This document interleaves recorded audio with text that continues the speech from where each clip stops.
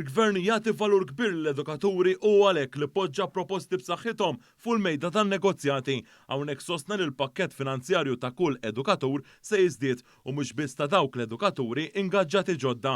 Dan intqal mill-Prim Ministru u mexxej Laburista Robert Abela f'intervista minn Nicole Buttigieg f'Birkirkara it-tnejn filgħaxija. Il-Prim Ministru qal ukoll li żidiet mhumiex marbutin ma' aktar ħinijiet jew xogħol u semma kif dawn huma hemm għal kulħadd kemm għal dawk il-professjonisti b'masters, iżda anke għal dawk l-għalliema b'esperjenza u se jkollhom żidiet awtomatiċi. Hawnhekk Dr. Abela appella lil Union tal-għalliema l-MUT tiċċara u tippubblika l-fatti kollha biex ma jkunx hemm miżinformazzjoni. Fil-waqt li forsi meta jkun hemm dal-iffirmar tal-eventwali ftehim kollettiv jew meta ħajkunu verament magħrufa il-kundizzjonijiet reali u onesti kollha li hemm madwar il-mejda, forsi se jkun hemm min jgħid imma possibbli ħajkun hemm dażidiet daqstant b'saħħithom ngħid possibbli għalhekk għandna ekonomija b'saħħitha u li tista' taffordja dal-ftehim li huwa wieħed ukoll li għandu mis-sostenibilità. Jiġifieri anke l-miżuri huma sostenibbli ma nemmen li dan huwa l-aqwa investiment li nistgħu nagħmlu fl-għalliema tagħna, l-aqwa sinjal ta' rikonoxximent li nistgħu nagħtu fil-valur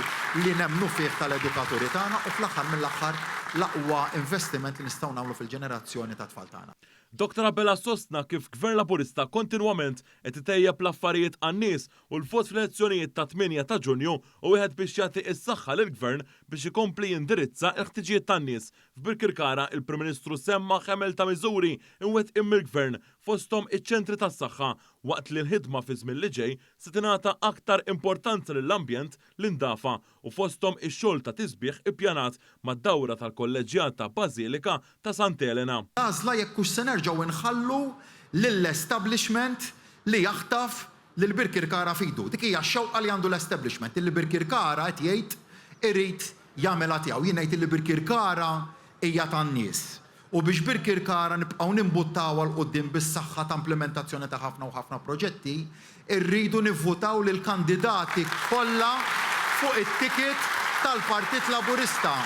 Mill-ewwel sal-11 il-wieħed vot b'saħħtu lil kandidati kollha tal-Partit Laburista ħalli dak il-pjan li għandna għal din il-lokalità nkunu f'qagħda b'saħħitha illi nimplementawh kollu.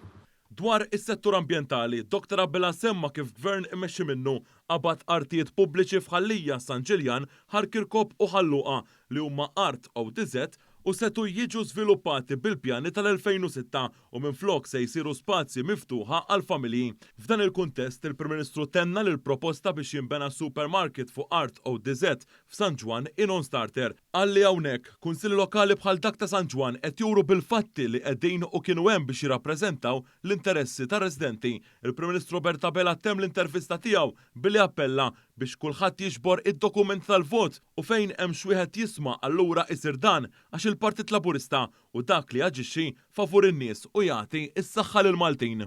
Turija ta' fiduċja li se tkompli tagħti s-saħħa lil dan il-Gvern biex jibqa' jimplementa il-proposti tal-Manifest Malta flimkien 1000 proposta ambizzjużi hemmhekk li tlaqna brata ta' implementazzjoni b'saħħitha, irridu nibqgħu għaddejjem dak l-implementazzjoni tal-manifest, l-implementazzjoni wkoll tal-manifesti tal-Kunsilli Lokali, l-implementazzjoni tal-Manifest Ewropew ukoll fuq kollox turija ta' fiduċja fil-ħidma tal-Gvern fit-8 ta' Ġunju biex inkomplu nagħtu s-saħħa lil Karkariżi, s-saħħa lil Lawċin u s-saħħa lil Maltin. Grazzi Birkirkara. Grazzi lilkom ilkoll.